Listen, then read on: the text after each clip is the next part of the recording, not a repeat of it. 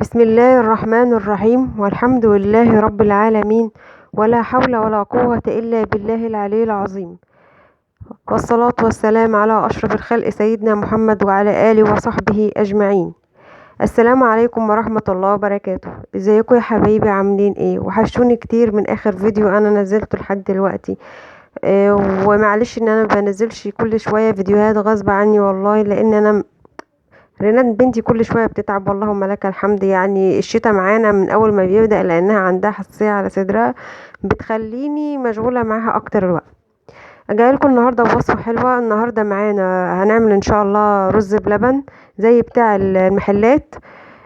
تعالوا النهاردة إن شاء الله نشوف مكوناتنا. بس قبل ما نروح نشوف الوصفة بتاعتنا ونشوف مكوناتنا ونشوف الطريقة، يا ريت يا جماعة بالله عليكم ما تنسوش اللايكات، وما تنسوش ان انتوا تعملوا لي متابعة واشتراك، ودايما يعني المشاهدة عندي بتقل بالله عليكم. وطبعا القناة عمرها ما هتكبر الا بيكم انتوا، لان دي قناتكم انتم وانتوا عيلتي التانية، فاكيد لازم ان انتوا تهتموا معايا بالقناة. وطبعا الحمد لله اكيد انتوا حبيتوني واكيد ان انتوا ان شاء الله هتشجعوني باذن الله، وتفضلوا معايا لحد ما القناه تتفعل، وباذن الله اوصل وانتوا كمان زي ما بتتمنوا لي الخير ربنا يحققه لي ان شاء الله، ويحقق لكم كل اللي بتتمنوه. فبالله عليكم ما تنسوش اللايك والشير والسبسكرايب، عشان خاطر القناه تتفعل، وعشان خاطر الفيديوهات تترفع بالله عليكم. وربنا يصلح حالكم ويجزيكم كل خير. تعالوا بينا يلا نتعرف على الوصفة بتاعتنا النهاردة معانا الرز بلبن. ده معانا دلوقتي معانا 3 كوبايات، 3 كوبايات رز. طبعا احنا غسلنا الرز زي ما انتوا شايفين كده، غسلناه تمام وسيبناه على جنب. معانا معلقتين صغيرين نشا، دي فانيليا، دي فانيليا سايلة ماشي. انا بحب اشتغل بيها في الحاجات دي اللي بيبقى فيها لبن ومية والكلام ده، بتدي طعم حلو قوي. معانا سكر، معانا كوباية الا حاجة بسيطة سكر. السكر ده طبعا حسب ما انت عايزة، حسب ما انت عايزة تضيف السكر، عايزة اكتر من كده، عايزة اقل، عايزة يبقى مثلا حلو قوي. احنا بنحبه وسط، عشان خاطر ايه ما بنحبوش يعني مسكر قوي. معايا باكو كريم شانتيه من دريم، حلو قوي يا جماعه. وفي دلوقتي نازل منه اللي هو بالفراوله وبكذا طعم. ده ساده، ده كريم شانتيه ساده ابيض بالفانيليا بس. تمام. ومعانا كيلو لبن ان شاء الله. كيلو اللبن بتاعنا ده طبعا ان شاء الله احنا هنحط الرز بتاعنا على النار مع كوبايه ونص ميه لحد ما يبدأ يدخل في السوا، وبعد كده هنضيف اللبن بتاعنا، وهنضيف السكر والنشا والكريم شانتيه والفانيليا. لازم الاول يدخل معانا في سوا عشان خاطر يدينا القوام ويدينا الطعم بتاع المحلات، الرز بلبن اللي احنا بنشتريه من المحلات. تعالوا بينا يلا نشوف هنعمل ايه. طبعا تعالوا اقول لكم النهارده على حاجه حلوه قوي بصراحه، نوع حلل مامتي جابتها لي ايام ما كانت بتجهزني، ربنا يخليها لي يا رب وما يحرمنيش منها بجد. امي انا ما شفتش ام زيها والله يا جماعه بقى، مش عشان امي ان انا بقول كده، امي بجد تستاهل. الست يعني الام المثاليه اللي في الدنيا كلها، في العالم كله، مش هقول لكم في مصر بس، في العالم كله. لان بجد يعني انا بابايا متوفي من زمان، واحنا 3 بنات شقت علينا ووقفت معانا وجهزتنا وعلمتنا احنا ال3 تعليم عالي، وما شاء الله بصراحة عيشتنا احسن عيشة الحمد لله. ولما جت جهزتنا احسن جهاز. فتعالوا النهاردة اوريكم الحلل دي حلوة جدا. هي حلل تيفال، تمام، من جوه تيفال على سيراميك، يعني الخامة اللي جواها تيفال وسيراميك في نفس الوقت. فتعالوا ان شاء الله نتعرف عليها. انا بحب يا جماعة اشتغل بيها لانها بصراحة لا اكل ما بيلزقش فيها، اللهم صل على النبي، وفي نفس الوقت وقت ما بتيجي تغسليها سهلة. تعالوا نشوفها، هي دي الحلة اللي احنا ان شاء الله هنستعملها. تمام. دي حلتنا. طبعا انا بحب حتى لو الحلة نضيفة بحب ان انا ايه اشطفها بالمية. شوفوا يا جماعة، شوفوا الخامة بتاعتها من جوه حلوة. تمام. وديت اهيت، هي نوعها ايه؟ إيه، مش مكتوب النوع بس بتهيألي، يعني هي مش عارفة والله، هي مكتوب ميد ان ايجيبت، بس مش عارفة ايه النوع، مش مكتوب النوع بتاعها. يلا بينا تعالوا نحط الرز بتاعنا. بسم الله الرحمن الرحيم. ده الرز طبعا متغسل اهو، شايفين المية بتاعته مغسول والله يا جماعة اهو، مغسول باين حتى. تمام. هنحط دلوقتي معانا 1.5 كوباية مية، ماشي، على ال3 كوبايات دول 3 كوبايات رز. ما تنسوش يا جماعة دول 3 كوبايات رز حسب ما انت عايزة. انا عملت عشان احنا على قدنا، انا بعمل انا ورينات. طبعا احنا هنا في البيت زي ما انتوا عارفين، بابانا ربنا يجيبولنا بالسلامة مسافر، فما بعملش حاجات كتير. لان ايه يعني احنا بنحب ناكل كل فترة، يعني كل يومين 3 نحب ناكل نوع معين من الحاجات الحلوة. فان شاء الله برضو هعمل لكم نوع حلو بإذن الله. ان شاء الله الفيديو الجاي باذن الله استنونا، باذن الله هنعمل الجلاش الحلو مع بعض. فتعالوا يلا نحط الرز على النار بتاعنا، مع زي ما احنا قلنا 1.5 كوباية مية لحد ما يدخل في السوا، يبقى ربع سوا كده. وبعد كده هنضيف اللبن، وهنضيف النشا والسكر والكريم شانتيه والفانيليا يستووا مع بعض. يلا بينا نبدأ، بسم الله. تعالوا يا حبايبي، احنا حطينا اهوت الحلة بتاعتنا على النار، وحطينا 1.5 كوباية مية زي ما انتوا شايفين. هنسيبه بقى، هنغطيه ونسيبه لحد ما يدخل في السوا ويبدأ يغلي. هنضيف اللبن. احنا معانا كيلو لبن ماشي على ال3 كوبايات، وطبعا هنحط كوباية مية على الكيلو لبن. مع ان احنا واحنا بنحط النشا هندوب برضو النشا في كوباية المية الصغيرة دي. يعني قولي معانا كوباية، معانا كيلو لبن، وقولي 1.5 كوباية مية. تمام. تعالوا بينا يلا نسيبه على النار لحد ما يدخل في السوا بتاعنا، وهنرجع لكم تاني. احنا دلوقتي يا حبايبي اهوت شايفين الرز خلاص استوى. طبعا انا بعد شويه لان ايه البخار بتاع الرز. هو الرز بتاعنا استوى خلاص اهوت. تعالوا بقى نحط عليه اللبن، بسم الله.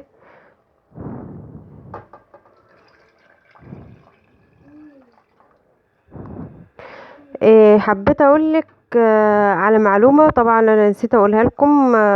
طبعا احنا بنحط معلقتين قشطه مع اللبن. تمام. احنا يا رب بس القشطه بتاعتنا هنطلعها دلوقتي من التلاجة، يا رب ما تكونش جمدت جامد. اللبن حطيناه اهوت، احنا وطينا على الرز. تعالوا بينا يلا هنحط الحاجه بتاعته. طبعا لما تيجي تقلبي زي ما احنا قلنا، هي الحلل دي جميله وكل حاجه ووصفنا مميزاتها، بس اهم حاجه ما تقلبيش بمعلقه من العاديين بتوع اللي احنا بناكل بيها، او بمعلقه خشب. اسباتيولا من ديت اعمليها، قلبي بيها. وحاولي ان انتي اي حاجه سيليكون تقلبي بيها، ما تقلبيش بمعلقه خشب او معلقه من العاديه، لان هتجرح الحله معاكي، ويبقى ليه خساره. احنا وطينا عليه خالص. تعالوا بقى نحط الحاجه بتاعتنا، هنحط النشا ونحط الكريم شانتيه، وهنحط الفانيليا والسكر. دلوقتي احنا هنحط معاكم زي ما احنا قلنا الحاجه بتاعتنا. احنا قلنا هنحط 1.25 كوباية ميه. تمام. احنا حطيناه مكان اللبن، هنحطنا فيه هنحط شويه. طبعا لو عندك قشطه زي ما لسه قايله، لو عندك قشطه، انا عندي قشطه بس في الفريزر، نسيت ان انا اطلعها لكم من بدري. بس يلا خير خير، مرة جاية ان شاء الله ما نيجي نعمله تاني ابقى اوريكم القشطة اللي احنا عاملينها. القشطة ديت انا مش شارياها، انا بطلعها من، يعني الحمد لله بجيب اللبن حلو يعني. بطلع وش اللبن، باخده كل ما بيعمل وش في التلاجة باخده وبشيله في علبة بلاستيك، وبعمل منه القشطة. تعالوا بقى نحط الفانيليا. ما تحطيش فانيليا كتير عشان ما تمررلكيش الحاجة. بس كده دول النقطتين دول. تمام. تعالوا بقى نحط النشا. احنا زي ما انتوا شايفين كده دوبنا النشا بتاعنا، دوبناه في الكوبايه اللي احنا حاطين فيها المعلقتين النشا، ودوبناه فيها. تعالوا بقى نحطه بقى عليه. طبعا احنا مش هنحط دلوقتي، احنا هنأجل شويه بس على ما يبدأ يغلي اللبن، يبدأ يغلي. هنحط دلوقتي النشا، اللي قصدي السكر.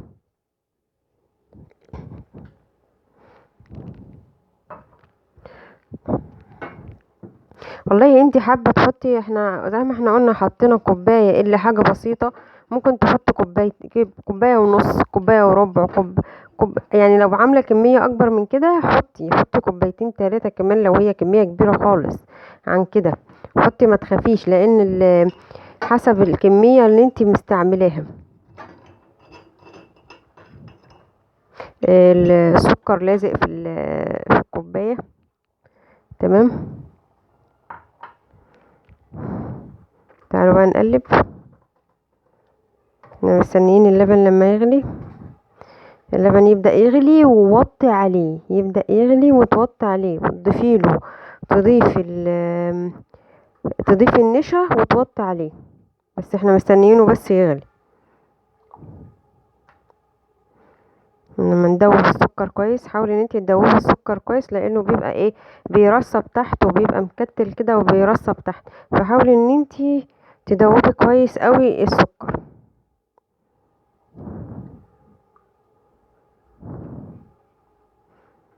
وما يمنعش برضو ان انت ممكن تدوقي تشوفي لو انت محتاجة ولا لا. تعالوا بينا ندوق. تعالوا بينا ندوق ونشوف هل حلو ولا ايه. ده هو حلو قوي كده، مش محتاج سكر خالص. سبحان الله. يعني انا بعاير بالصدفة والله يا جماعة، انا مش بعمل يعني بمزاجي او مثلا ماشية بمعيار معين، لا، انا بسيبها لبركة ربنا يعني. والحمد لله. البركة ربنا بيبقى مبارك في كل حاجة، يعني ما بتسيبيها كده ماشية ببركة الله، ربنا بيبارك في كل حاجة. والحمد لله. وصلى على النبي حبايب قلبي، عشان خاطر ربنا يبارك لنا في اللي احنا بنعمله. تمام. سيبوها بقى لما تغلي خالص، وبعد كده نرجع لها تاني. لما تغلي هنرجع لها. دلوقتي حبايبي هي اتغلت. تعالوا بينا يلا نحط النشا، ونحط ايه، باكل كريم شانتيه. اهم حاجه ان هي تبدا تغلي. اما تبدا تغلي ابداي بقى وطي عليها. تمام. بدأ احنا وطينا خلاص اهوت. يلا نحط الايه، النشا بتاعنا. بسم الله الرحمن الرحيم. دايما قدمي كده البسمله وفي كل حاجه، عشان خاطر ربنا يبارك لك. احنا نفضي الباكو كله، ما تخافيش يعني. فضي الباكو كله بتاع الكريم شانتيه، وما تخافيش، مش هيحصل اي حاجه، مش هيضر في حاجه، بالعكس على فكره هيدي طعم حلو جدا.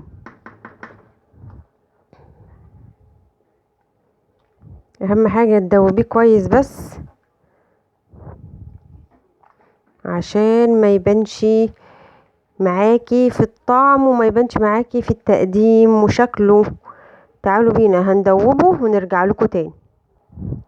زي ما انتم شايفين كده احنا خلاص اهو دوبناه، ما عادش له اثر خالص اهوت. الحمد لله. انا بس عشان خاطر ايه، الحمد لله ما يحصلش اي اصابات. ربنا يستر. تعالوا بينا يلا.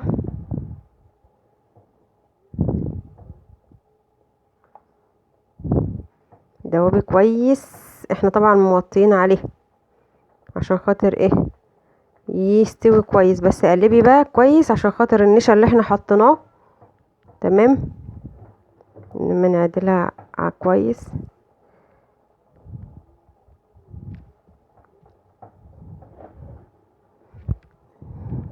تمام. عدلناها كده.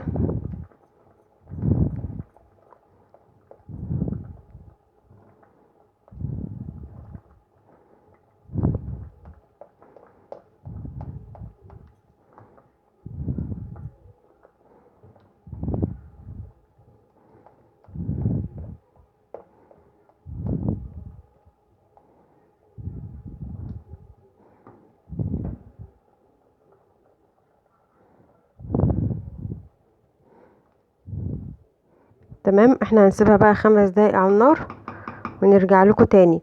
لان ايه، احنا موطيين عليها عشان خاطر الرزاية تستوي حلو. الرزاية تستوي حلو مع اللبن ومع الحاجات اللي احنا حطيناها، تاخد من الطعم، وفي نفس الوقت ايه، تدينا نتيجة حلوة زي ما انت بتاكليه من عند المحلات ان شاء الله. يلا بينا 5 دقايق ونرجع لكم تاني. تمام. زي ما احنا شايفين خلاص احنا طفينا عليه. زي ما انتم شايفين القوام اهو. شايفين الشربطات والحلويات. شوفوا الحاجات الحلوة دي، يا تكات وحركات. زي ما بيقولوا. تعالوا بينا يلا نسيبه يبرد شوية، وبعد كده ايه نفضيه بقى، نصب في الاطباق بتاعتنا. زي شايفين يا جماعة، شايفين القوام عامل ازاي؟ شايفين؟ انا خايفة ان انا بس ايه اقرب التليفون اكتر من كده عشان البخار وعشان خاطر العدسة بتاعة التصوير. هو ده القوام اللي مطلوب، والحباية نفسها هتلاقيها بتدوب وانت بتاكليها كده. تعالوا بينا يلا ان شاء الله، بس دقيقتين على ما يبرد وهنفضيه. تعالوا يلا بينا. دلوقتي يا حبايبي هو برد شويه اهو، لسه فيه برضو بخار، بس احنا عايزين ايه نغرفه قبل ما ايه ما يبرد جامد وايه وياخد الشكل بتاعه جوه الحله. لا احنا عايزين ياخد الشكل بتاعه والتشكيل بتاعه جوه الاطباق. تعالوا يلا بينا، دي الاطباق بتاعتنا ماشي. تعالوا نشوف الكميه بتاعتنا هتاخد قد ايه، كام طبق. بسم الله الرحمن الرحيم. يلا بينا، بسم الله.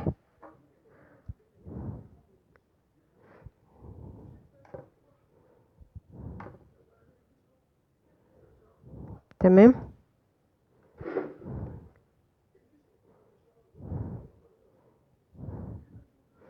اوكي.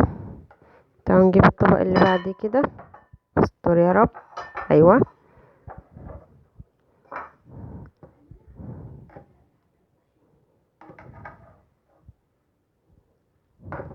تمام. اي حاجة هتحصل دلوقتي طبعا هنمسحها بعد ما نخلص. يلا بينا نكمل يا حبايبي. انتوا هتقولوا لي هو مثلا اللبن فيه مثلا الرز شرب اللبن جامد؟ والله هو حلاوته في كده اصلا، يعني هو حلاوته في كده. لما تيجي تاكليه هتلاقي ايه الطعم بتاعه جميل. وكمان الاحلى والاحلى لو انتي زي ما احنا قلنا في قشطة عندك، بيبقى طعمه جميل. لما يبقى فيه قشطة، القشطة بتديله قوام حلو قوي قوي قوي.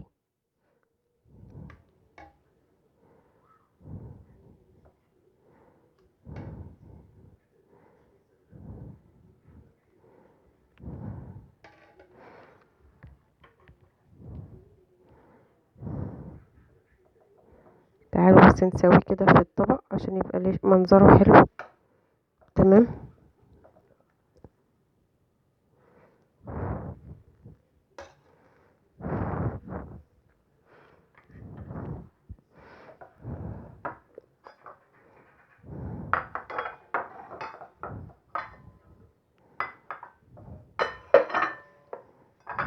تعالوا بينا هنخلص وهنرجع لكم تاني، هنخلص بقية الاطباق اللي معانا وهنرجع لكم تاني.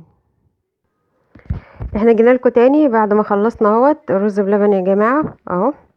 انتوا زي ما انتوا شايفين، يا رب يكون الصورة واضحة كويس. اهي شوفوا الحلاوة يا جماعة، شايفين؟ احنا الثلاث كوبايات الرز عملوا معانا ما شاء الله، عملوا معانا 8، عملوا معانا 8 اطباق. ال8 اطباق ما شاء الله مليانين زي ما انتوا شايفين. التلات كوبايات رز عملوا معانا 8 اطباق زي ما انتوا شايفين. تعالوا بقى يلا نزينه. طبعا انا عندي هنا ريناد ما بتاكلش الرز بلبن عليه اي مكسرات ولا اي حاجة ولا زبيب ولا الكلام ده، فانا هعمل جزء سادة وجزء بالمكسرات. تعالوا بينا يلا، يلا نعمله. بسم الله الرحمن الرحيم. تعالوا يا جماعة، ريناد عايزة اسلم عليكم. تعالي يا دودو كلميهم. لا يلا قولوا ازيكم. ازيكم عاملين ايه؟ انا هضم ده معايا. عايزة تحطي من ده معايا؟ طب يلا نحطه سوا انا وانتي. امسكي بس كده، امسكي انت الطبق. نحط الاول، حطي شوية صغيرين. ايوه، في النص في النص في النص في النص بس، في النص بس، في النص بس. زي ما انتوا شفتوا رناد اهيت ساعدتنا، حطت شوية يا جماعة. تعالوا احنا نكمل. نحط شوية نحط شوية جوز الهند. تمام زي ما انتوا شايفين كده. تعالوا نحط الحبة دول. زي ما انا قلت لكم احنا هنا رناد ما بتحبش المكسرات ولا الكلام ده، فانا دايما ما باجي اعمل اي حلويات ببقى عامله حساب حاجه زي كده. تعالوا نحط هنا كمان.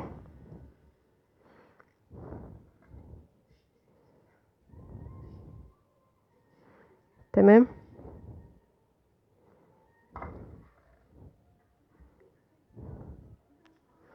طبعا احنا بنعمل حاجات لينا، وطبعا انا ايدي نظيفة. فايه زي ما انتم شايفين الطبقين دولت برضو اهمت. هنعمل واحد كده وواحد كده، هنعمل واحد نحط فيه مكسرات وواحد لا.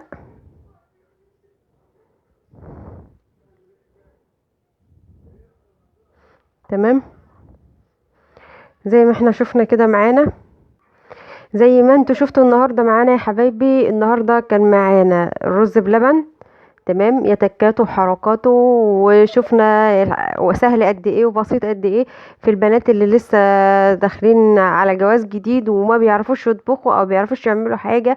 والله كل حاجة بسيطة وسهلة يا جماعة، مع ان انت تجمدي قلبك ان شاء الله كل حاجة هتبقى بسيطة وسهلة بالنسبة لك، سواء في الطبيخ، في الحلويات، في المعجنات، كل حاجة. مين فينا ابتدى كان استاذ الطبيخ ولا استاذ الاكل ولا الكلام ده؟ كلنا بنتعلم من امهاتنا، بنتعلم من اخواتنا الكلام ده. اليوتيوب ما شاء الله دلوقتي زينا كده، كل القنوات اللي بتعرف حاجة تعملها بتعرف تقدمها، والكلام ده في من ناس كتير بتستفيد. زي ما احنا شفنا النهاردة كان معانا وصفتنا رز بلبن، تمام، وحلاوة الرز بلبن. تعالوا نشوف النهاردة المكونات بتاعتنا اللي استخدمناها في الرز بلبن عشان يطلع زي ما احنا شايفين كده زي بتاع المحلات. هنعمل ايه؟ هنجيب 3 كوبايات رز، باكو كريم شانتيه، كوباية سكر اللي حاجة بسيطة، فانيليا حسب ما الفانيليا اللي عندك. فانيليا انا كنت عندي فانيليا هنا سايبة اللي هي السائلة ديت، تمام. حطيت منها شوية، نقطتين 3. عندنا معلقتين نشا دوبناهم في شوية مية، كيلو لبن. طبعا انتي هتسيبي معانا طبعا الرز هنغسله ونحطه على النار لمدة 10 دقايق مع كوباية ونص مية لحد ما يدخل في السوا، وبعد كده نحط اللبن عليه ونضيف بعد كده واحدة واحدة الخطوات. اخر خطوتين بنعملهم لما يبدأ اللبن يغلي الرز يغلي كده في اللبن، هنحط معانا النشا وكريم الشانتيه عشان خاطر يديك القوام اللي انت شايفاه الحلو ده. وبألف هنا وعافية على قلبكم، وما تنسوش ان انتوا تجربوه يا جماعة، واللي يجربه ينزل عندي في الكومنتات ويقول لي هو عامل ايه وطعمه عامل ايه وقوامه عامل ايه.